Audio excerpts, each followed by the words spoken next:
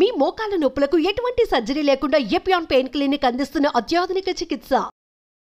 నమస్తే, welcome to Suman TV. So చాలా మంది నిద్రలో కండరాలు పట్టేస్తూ ఉంటాయి. ఆ బాధ తట్టుకోలేనిదిగా ఉంటుంది. అసలు ఈ సమస్య ఎందుకు రాకుండా ఎటువంటి జాగ్రత్తలు తీసుకోవాలి? ఈ సమస్య బాగా ఉన్నట్లయితే ఎటువంటి ట్రీట్మెంట్స్ అందుబాటులో ఉన్నాయి? సో మన ఆహార నియమాలు ఎలా ఉండాలి? మన లైఫ్ స్టైల్లో ఎటువంటి చేంజెస్ చేసుకోవాలి? సో ఇలాంటి వివరాలు అడిగి తెలుసుకుందాం. ఈరోజు మనతో పాటు ఉన్నారు ప్రముఖ న్యూరో సర్జన్ డాక్టర్ రంగనాథం గారు ఫ్రమ్ సన్షైన్. నమస్కారం డాక్టర్. నమస్కారం. డాక్టర్ గారు, చాలా మంది కూడా నిద్రలో కండరాలు పట్టేస్తూ ఉంటాయి, స్లీప్ డిస్టర్బ్ ఉంటుంది. సో అంతేకాకుండా ఈ సమస్య మరీ ఎక్కువగా ఉంటే వాళ్ళ లైఫ్ స్టైల్ అంతా చేంజ్ అయిపోతుంటుంది కూడా. సో అలాంటి వాళ్ళకి ఏం చెప్తారు డాక్టర్? అసలు ఈ కండరాల సమస్య అనేది ఎందుకు? ఈ కండరాల సమస్యని ఆంగ్లంలో మజిల్ క్రాంప్స్ అని, మజిల్ స్పాజమ్స్ అని అంటారు.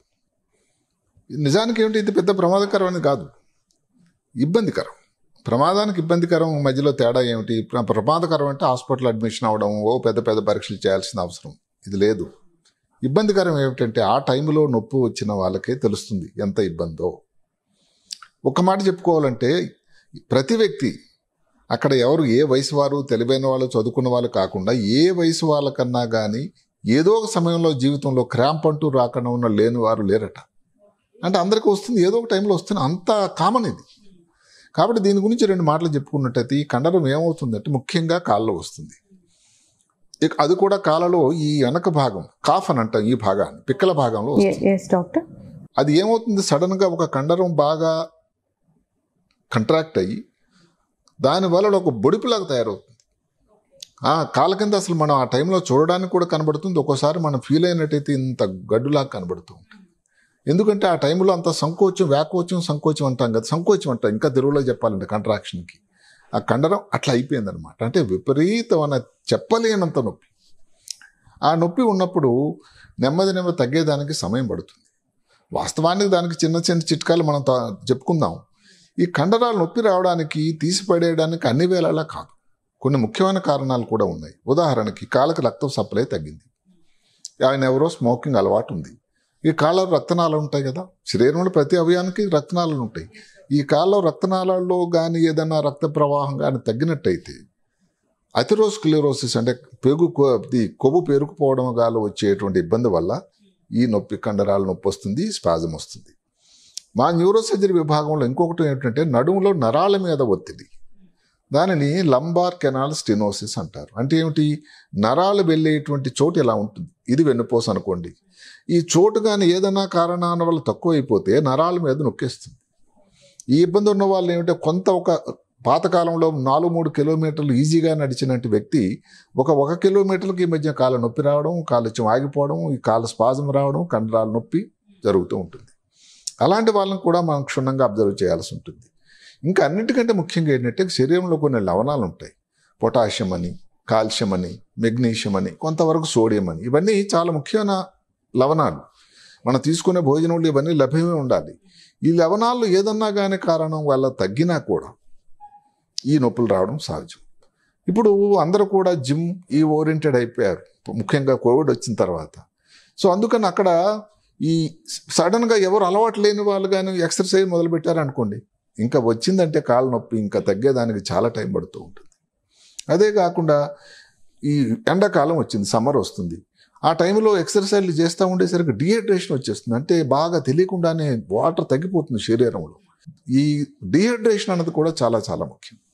అదే కాకుండా అనుకోకుండా ఎక్కువగా ఎక్సర్సైజ్ చేయాల్సి వచ్చినా కూడా ఇలాంటి ప్రాబ్లం వల్ల కూడా ఈ క్రాంప్స్ వస్తూ ఉంటాయి. దీనికి ఏమిటంటే, ఈ క్రాంప్స్ వచ్చాయి అనుకోండి, ఏదైనా వేడి నీళ్ళది లేకపోతే తడిగుడ్డగా దాన్ని నెమ్మది పెట్టి కాపడం పెట్టినా నెమ్మది శాంతం అవుతుంది. లేదు మీరు వాష్రూమ్ వర్గాలు కానీ వెళ్ళగలిగినట్టయితే ఒక వేడి నీళ్ళ షవర్ తీసుకున్నా దాని ఉపశమనం కలుగుతూ ఉంటుంది. చిన్న ఎక్సర్సైజులు అంటే ఇప్పుడు కాళ్ళలో కానీ వచ్చినట్టయితే ఈ కాళ్ళ పాదం పైకెత్తి కిందకెత్తి కొంచెం నెమ్మదిగా, ఆ టైంలో చెప్పడం కష్టం, అది చెప్పినంత సింపుల్ కాదు. అది ఒక పక్క నుంచి నొప్పితో ప్రాణం ఎగిరిపోతుంటే ఇవన్నీ చేయడానికి దొరుకుతుందా అంటే కాదు. మీరు కానీ కాళ్ళు కొంచెం పైకెత్తి ఈ కాళ్ళని పైకి, పాదాన్ని కిందికి కానీ పైకి కానీ చేయగలిగితే కూడా కొన్ని క్షణాలు తగ్గిపోతూ ఉంటుంది. అన్నికన్నా ముఖ్యమైనది ఏమిటంటే, కొన్ని పదార్థాలు రోజు తీసుకునే భోజనంలోనే ఈ లవణాలు ఉండేటువంటి ముఖ్యమైన పదార్థాలు తీసుకోవాలి. ఉదాహరణకి మనం తీసుకునే అన్నింటికంటే మంచి లవణాలు ఉండేటువంటిది ఇప్పుడు పపాయ ఉంది, తర్బూజా ఉంది, వాటర్ మెలన్, లేకపోతే ఈ గుమ్మడికాయ ఉంది, గుమ్మడికాయలో ప్రశస్తమైనది కాల్షియం మెగ్నీషియం లవణాలు ఉంటాయి. ఎనీ గుమ్మడికాయ కూడా. అలాగే చిలగడ దుంప అంటారు, ఏది స్వీట్ పొటాటో అని. నిజానికి మామూలు పొటాటోలు కూడా ఉంటాయట, అదేం తప్పేం చేయలేదు. ఇట్లాగ ఇప్పుడు బనానా అన్నిటికంటే చీప్ అండ్ బెస్ట్. మీరు చూస్తూ ఉంటారు ఇప్పుడు ఈ అథ్లెట్స్ అందరూ కూడా, క్రీడాకారులు మధ్యలో ఆగినప్పుడు ఈ బనానాలు తీసుకుంటూ ఉంటారు. ఎందుకంటే దానిలో ఉన్నటువంటి లవణాలు 3, 4 ఇంత అంతా కాదు. అలాగే మిల్క్ తీసుకోండి, లేకపోతే ఆరెంజ్ జ్యూస్ తీసుకోండి, బీన్స్ ఉండేటువంటి పదార్థాలు ఎక్కువ సేవించండి.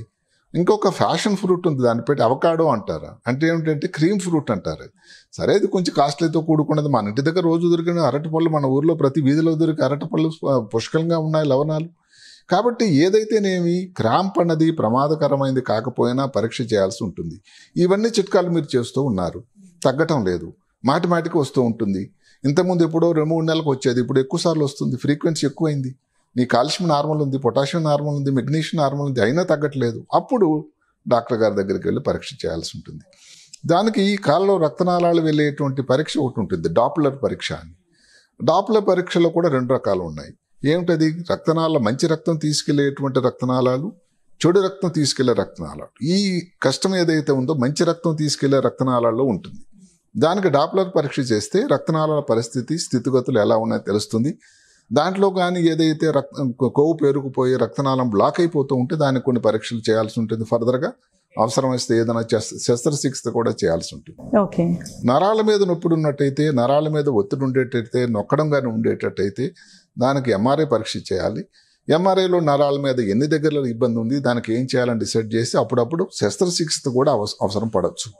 సో క్రాంప్ అన్నది సింపుల్గా ఉన్న విషయమైనా, అందరిలో వచ్చేది అయినా కూడా మాటికి రిపీటెడ్గా వచ్చి డ్యూరేషన్ ఎక్కువ ఉన్నా, వచ్చి అదే కాకుండా అదే టైంలో కాలు వీక్ అయిపోయింది అనుకోండి, అంటే ఏమిటి నడవలేని పరిస్థితి అయింది అనుకోండి, అది ఇంకా ప్రమాదకరమైంది. కాబట్టి ప్రతిసారి కూడా క్రాంప్ను ఈజీగా తీసి పడేయకుండా క్రాంప్ అనే దాని మీద దృష్టి పెట్టి, ఏ టైంలో ఉన్నా మామూలు కంటే హైడ్రేషన్ అనేది వాటర్ తాగడం కానీ, మజ్జిగ కానీ, ఏదైనా చల్లటి వస్తువులు తేనీయం తీసుకొని పానీయాలు, తర్వాత ఈ ఫ్రూట్స్ మనం ఏదైతే చెప్పుకున్నామో ఇలాంటి తీసుకొని మీరు తీసుకునేటువంటి భోజనంలో దాని తాలూకా పెంపొందించడం, దానివల్ల మీరు ఆరోగ్యంగా ఉంటారు. క్రాంప్ రాకుండా ఉండడానికి ఆరోగ్యంగా సంతోషంగా ఉంటుంది.